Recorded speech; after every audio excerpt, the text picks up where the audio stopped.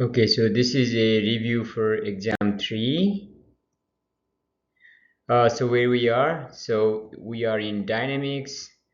We are focusing on a rigid body, so we'll start with the kinematics of rigid body, and then we will discuss about kinetics of rigid body. Okay, let's start with this one.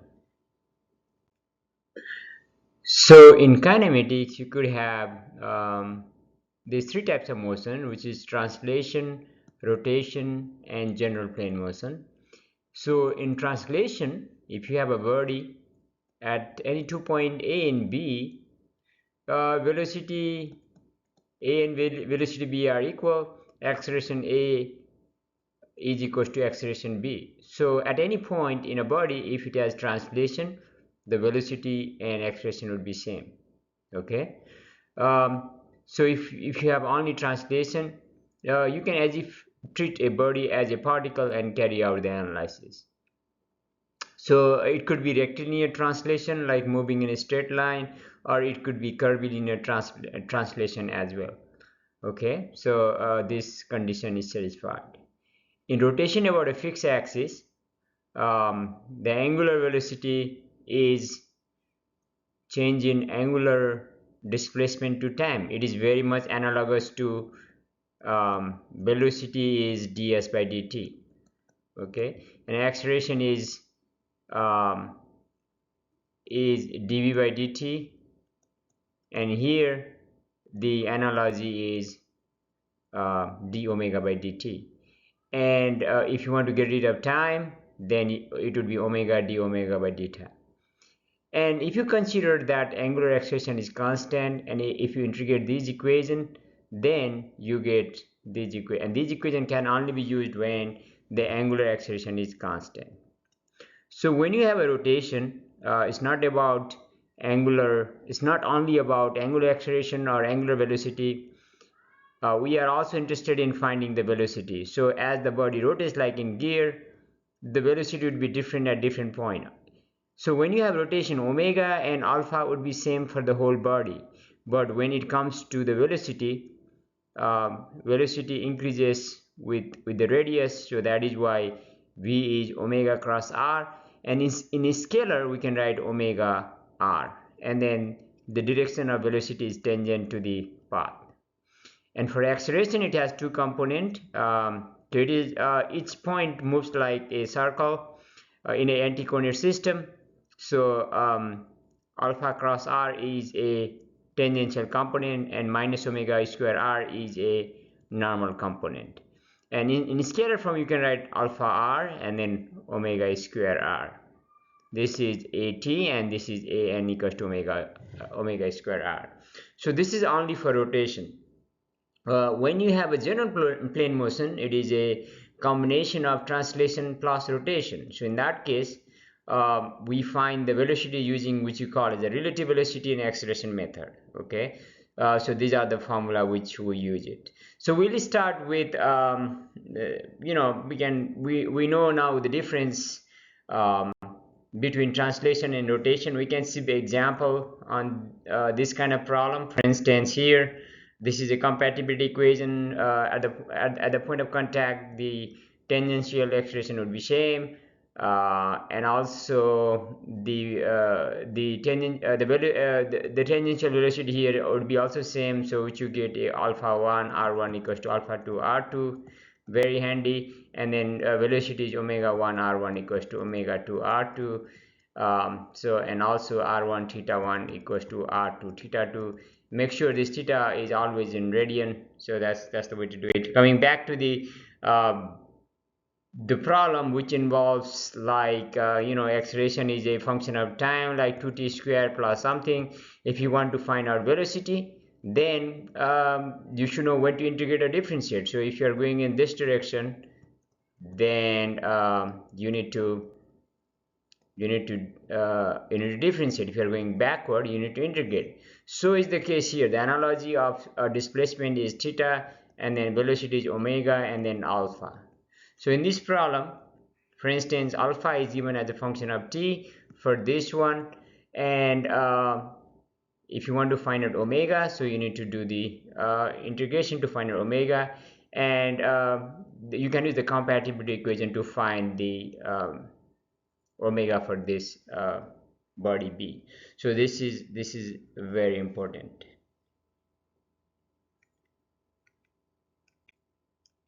So it's done here, you can look at it. So now so we talked about only translation, only rotation, and this is a general plane motion which makes use of relative velocity analysis. So for velocity you have to use relative velocity analysis, and for acceleration you have to use relative acceleration analysis. Okay, so this is what I'm talking about here. So for velocity, if you want to use the relative velocity equation between any 2 points, then if you are this usually this point is known point and this one is unknown point, and if any one direction is known, like for omega, you can assume the direction, and if it comes to be positive, your assumed direction is okay. If it comes negative, then assumed direction is opposite to what we have assumed. So between point B and A, velocity of B is equals to velocity of A. So this part is a translation part and this part is a rotation part. Remember, whatever is here in the front, that has to be front here as well. So RBA is basically when you show the direction is from A to B. This is important because we have to get everything in terms of IJK. So the direction of this RB is important. You can write the same equation in terms of A as well. So if you write in terms of VA is VB, and then for cross omega cross, it would be, now if A is in the front, it would be AB. So depending on how you write the equation, this is going to be different. Okay, so if that is the case, it's from B to A, so the direction of position vector would be this. So this is an example where we have to find the velocity of B. So this is side is unknown, and in order to find that, so you can write the unknown on this side and then VA and then omega cross RVA. The procedure to solve the relative velocity method is to write everything in terms of IJK. So VA is here in the magnitude of V, and then in I direction omega. See, omega is perpendicular to the plane of this paper, so you can assume clockwise to be negative and anti-clockwise to be positive. So omega, you can assume it to be anti-clockwise, and it would be in the k direction. In the k direction, omega k, if you do not know the value, and then RVA is again from A to B. So A to B is this, so break into component, and the angle is given, this distance is given. Again, you can write in terms of Ij with the proper sign convention. Remember always, so which are the positive direction of Ij and K. Okay, and once you write everything in IJK, like here, equate item on this side to the item of left hand side, and j term on right hand side to j term of left hand side. Make sure you know how to do the cross product. If you do not know how to do the cross product, always start with the cross product here, then you won't be able to solve the problem. Okay, so here both omega is 4 radian per second, so our assumption is okay, whereas VB is, you got it, negative. That means whatever we assume is up, whatever you assume is not correct. So that's how you make your interpretation. Sometimes you may have a problem, like in the engine, like you did in your project work. You could have crank, you could have connecting rod, you could have piston. So always start from the known side. For instance, here omega is given here, so this is fixed. So this point is fixed, so you start with VB is VA plus omega cross RVA. Okay, so write everything in IJK. So you know VB. Now once you know this one, then write the equation between. So assume direction, for instance, C can either move up or down. Make assumption this way.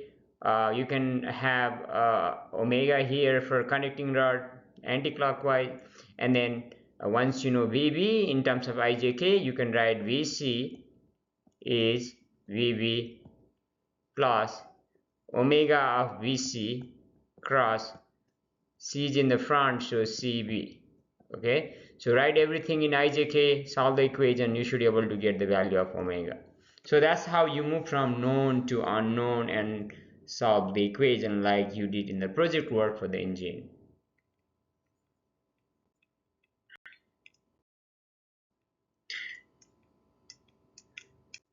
So the other type of problem which you can have is a this kind of rolling motion, and there are two cases where at the point of contact there is no slip. If there is no slip, then there is no relative velocity between these two bodies, so this is kind of earth. So if this is 0 at the point of contact, velocity at point A is 0. Okay, if there is slip, then the velocity at the point of contact will not be 0. So so that is important. So so this is a known point, so they always start from a known point. So if you want to find the velocity at V, then this should be VA plus omega cross RBA. If you do that, and then this center, the center of this wheel, the velocity is not 0. It moves to a certain velocity. It's a rectilinear motion. It is like a rectilinear motion. If you use that, you get VB is omega RI. If you assume the direction opposite, in this direction, this wheel will move in opposite direction. So you get VB is minus omega RI.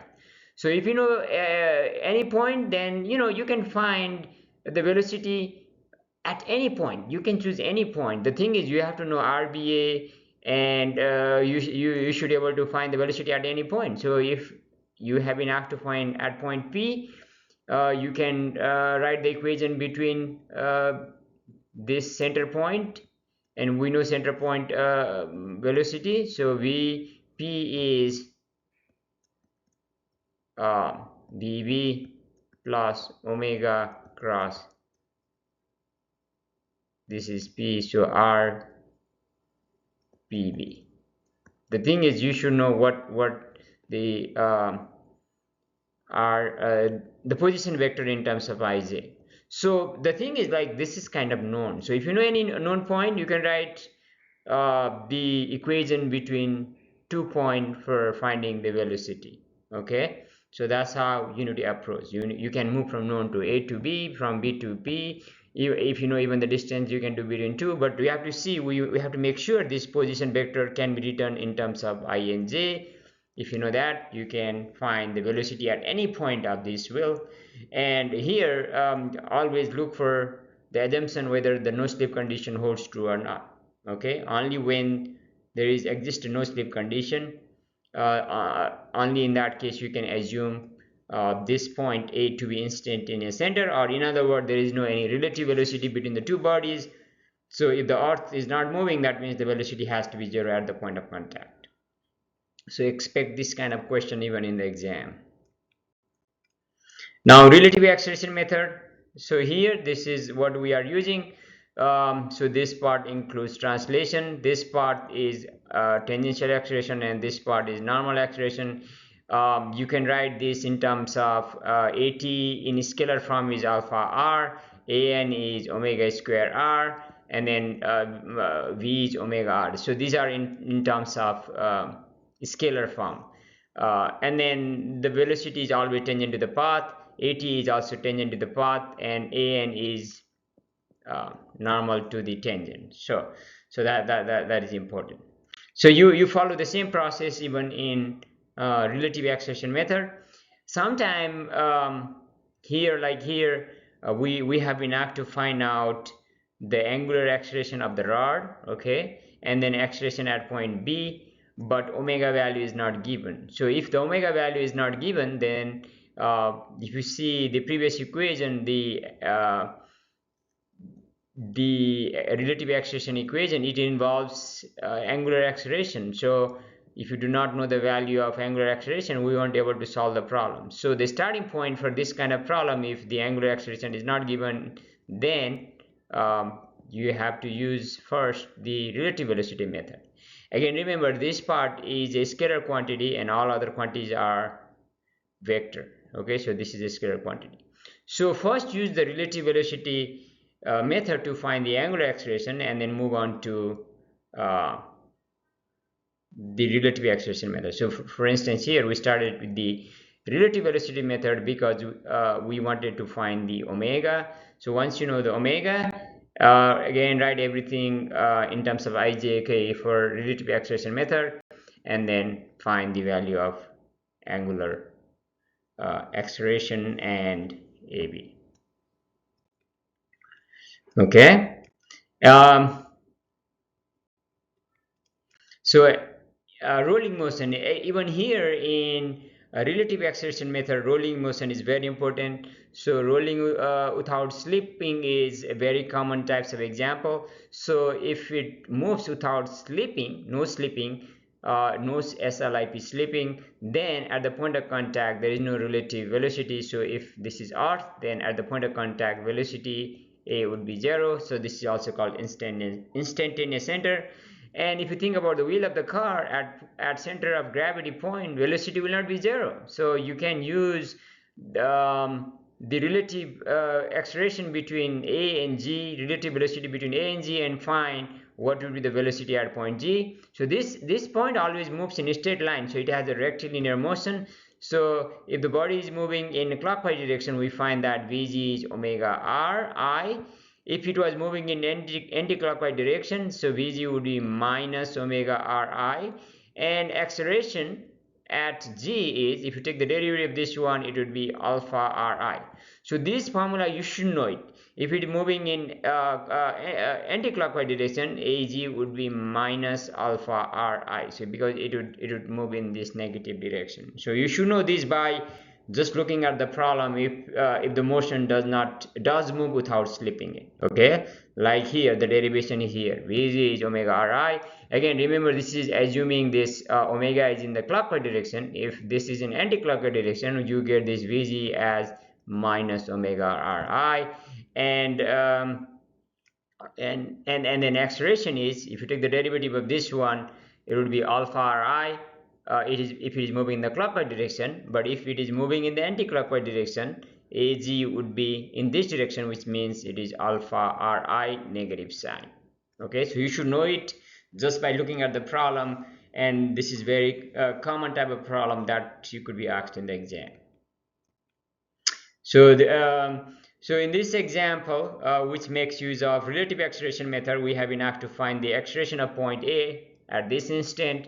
So so here this one is an instantaneous center point. So you, if this is an instantaneous center point, Ag would be alpha R I, since it is moving clockwise. Now you can write the equation between A and O and solve the problem. So you just you can also even write between A and this point as well. So it's up to you how you want to solve it. But the key is one point has to be known point, and then based on the known point you can find the acceleration of the unknown points.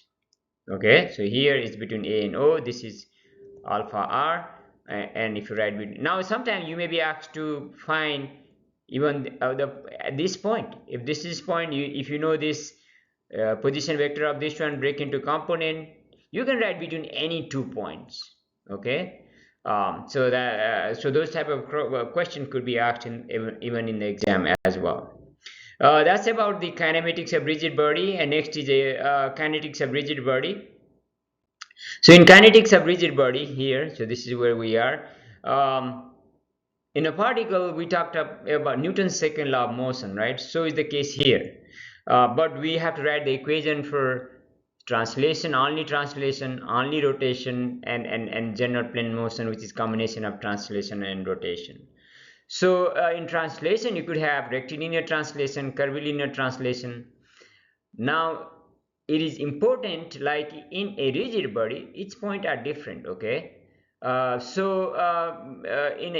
a rectilinear translation, the acceleration has to be always considered at the center of gravity point. So summation of fx is mag. This point is important. You need to specify the point at which we are trying to figure out the acceleration. So this is always at center of gravity point.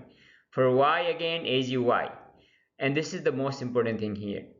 when you take the moment, and make sure you make both the free body diagram and kinetic diagram for all these type of problem. If you do not make free body diagram and try to solve the problem, you don't get even 10%. Okay, so since in a rigid body each point is different, so when you take the free the moment, you need to always specify at what point you are taking the moment. If you take the moment about the center of gravity point, the right hand side of the equation would be 0 because you don't have alpha. There is no angular acceleration, right? So that would be 0. But if you take the moment about any other, so this is the difference. If you take the moment about any other point than the center of gravity, then you should have the moment due to inertia force as well. And then also you should follow the proper sign convention on both the side of the equation. Okay, so when you do that, you have mag.